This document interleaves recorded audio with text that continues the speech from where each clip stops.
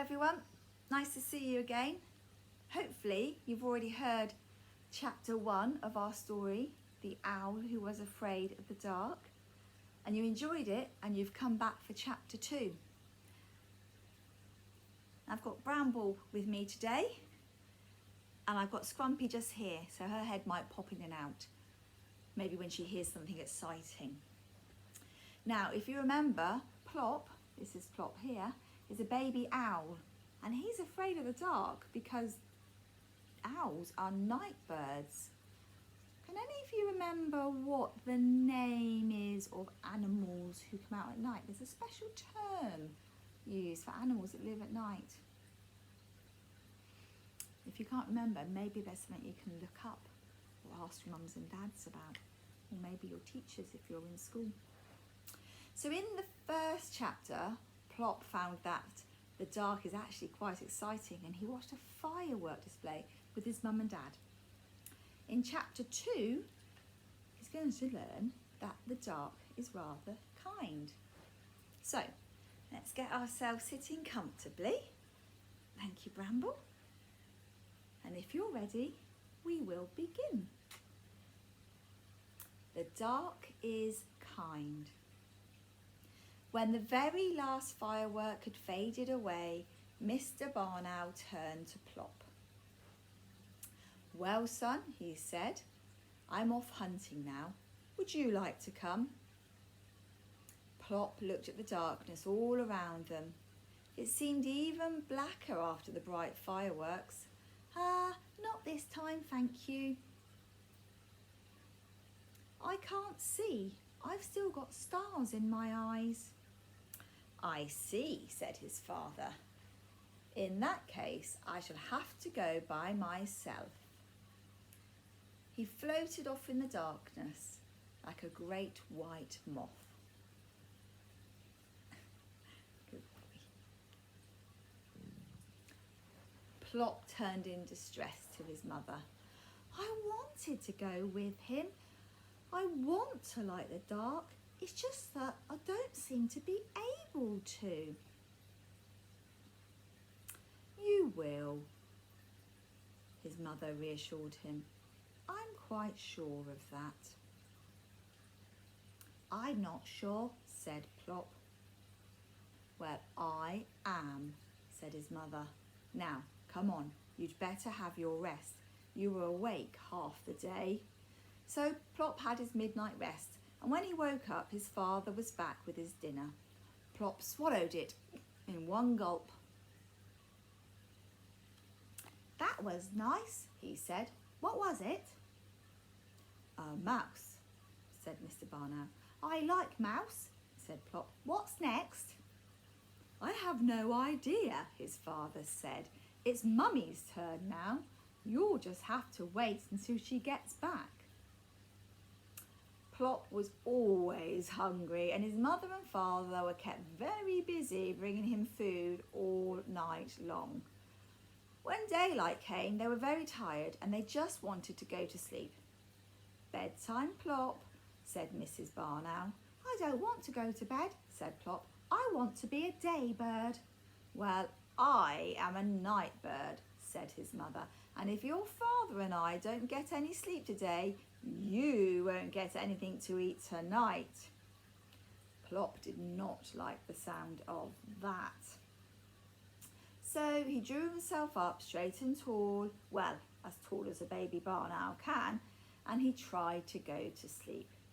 He did sleep for half the morning, but then he woke up full of beans, or perhaps it was mouse, and he just could not get back to sleep.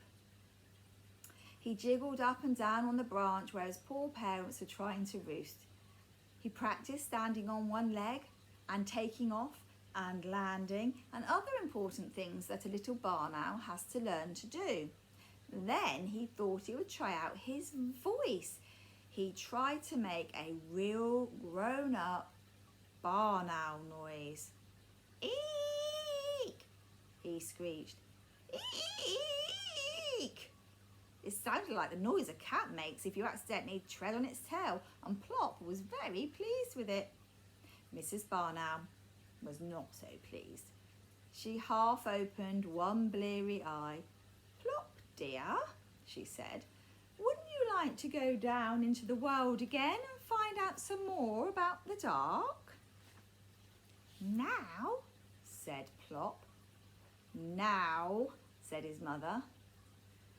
"Don't you want to hear my screech first? It's getting jolly good."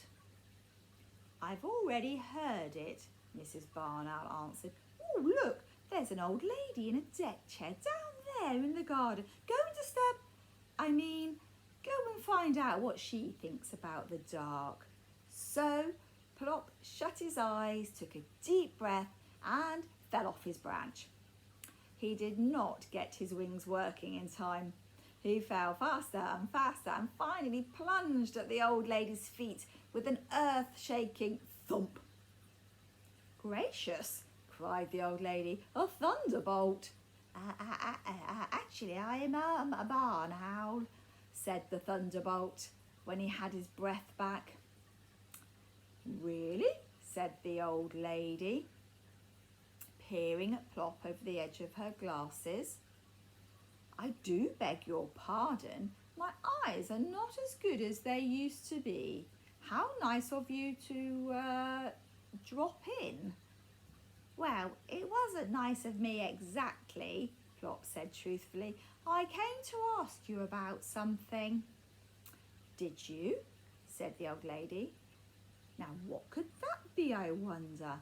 "I wanted to ask you about the dark. You see, I'm a bit afraid of it. And that's rather awkward because we're supposed to be night birds." "That is a problem," said the old lady. "Have you tried some carrots?" "What?" "Don't say what. Say pardon if you don't hear the first time." "I said, have you tried some carrots?"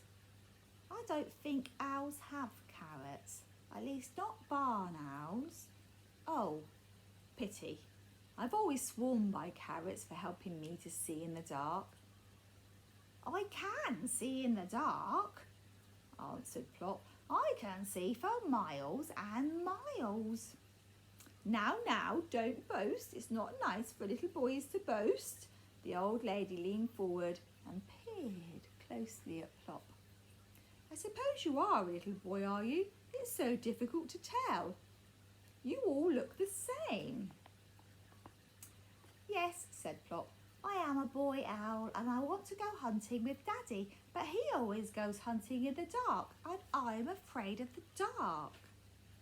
"How very odd," said the old lady. "Now, I love the dark.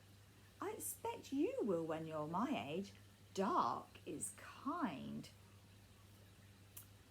"Tell me more," said Plop. "Please," said the old lady. "Such a little word, but it works wonder.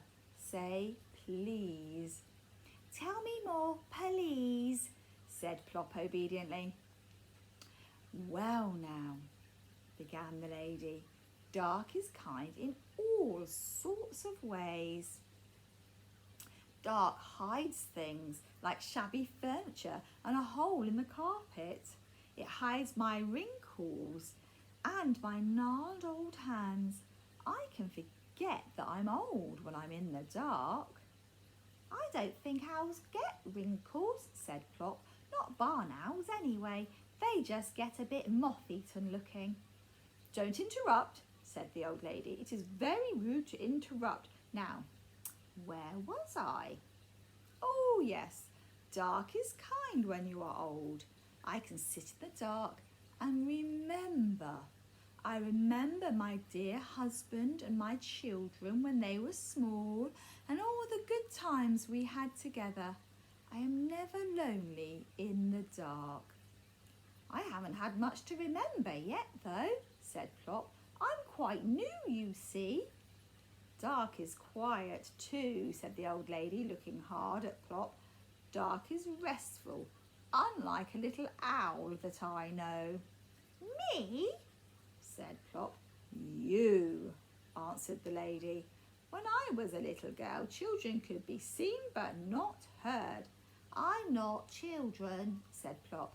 I'm a barn owl. Same thing, said the old lady. You remind me very much of my son William when he was about 4. He had the same knackety knees as you. Are my knees knackety? Asked Plop, squinting downwards. I can't see them because my fluffy tummy gets in the way.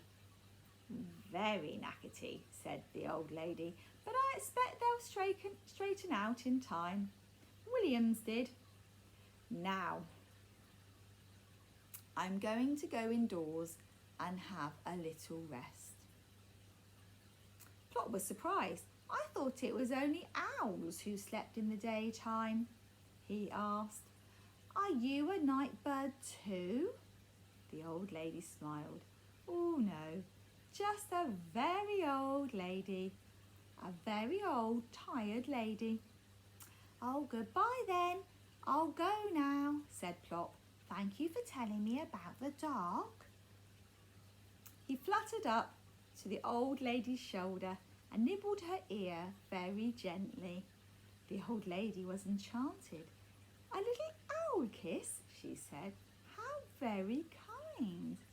Plop jumped down again and bobbed his funny little bow. Such charming manners, said the old lady. Then Plop took a little run, spread his wings and flew up to the landing branch. Well, asked his mother. The old lady says dark is kind.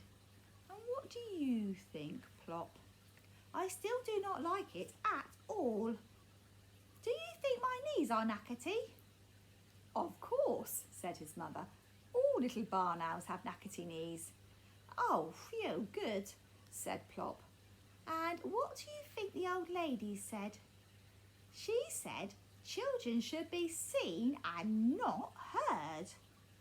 Mr. Barn Owl opened one sleepy eye. I can't say I disagree with that, he said. And that, children, is the end of chapter 2. Did you enjoy that, Bramble? Did you enjoy that, Scrumpy? I think it sent them to sleep. Perhaps it's a good time to read at night so you can relax and fall asleep. Anyway, until chapter 3, stay safe.